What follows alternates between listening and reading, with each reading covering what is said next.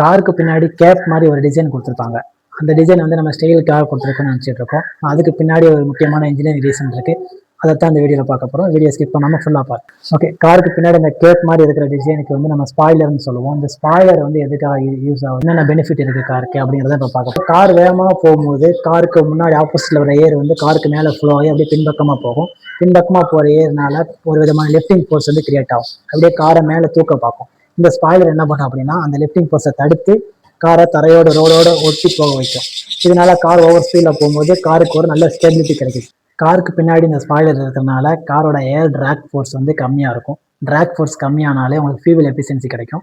ரெண்டாவது, எப்பவுமே ஒரு டவுன் ஃபோர்ஸ் வந்து ஆக்டிங்லேயே இருக்கும். இந்த டவுன் ஃபோர்ஸ்னால காரோட டயருக்கும் ரோடுக்கும் ஒரு பெட்டர் கிரிப் இருக்கும். பெட்டர் கிரிப் இருந்தாலே உங்களுக்கு பிரேக்கிங் வந்து பெட்டராக இருக்கும்.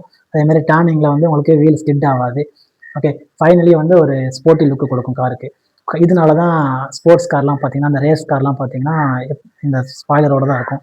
ஓகே, இந்த ஸ்பாய்லர்னால எவ்வளோ பெனிஃபிட்ஸ் இருக்குது. இந்த ஸ்பாய்லர் வந்து வெறும் ஸ்டைலுக்காக மட்டும்தான் அப்படின்னு யாராவது நினச்சிட்டு இருந்தாங்கன்னா அவங்க இந்த வீடியோவை ஷேர் பண்ணுங்கள். இந்த இன்ஃபர்மேஷன் பிடிச்சிருந்தா லைக் பண்ணுங்கள்.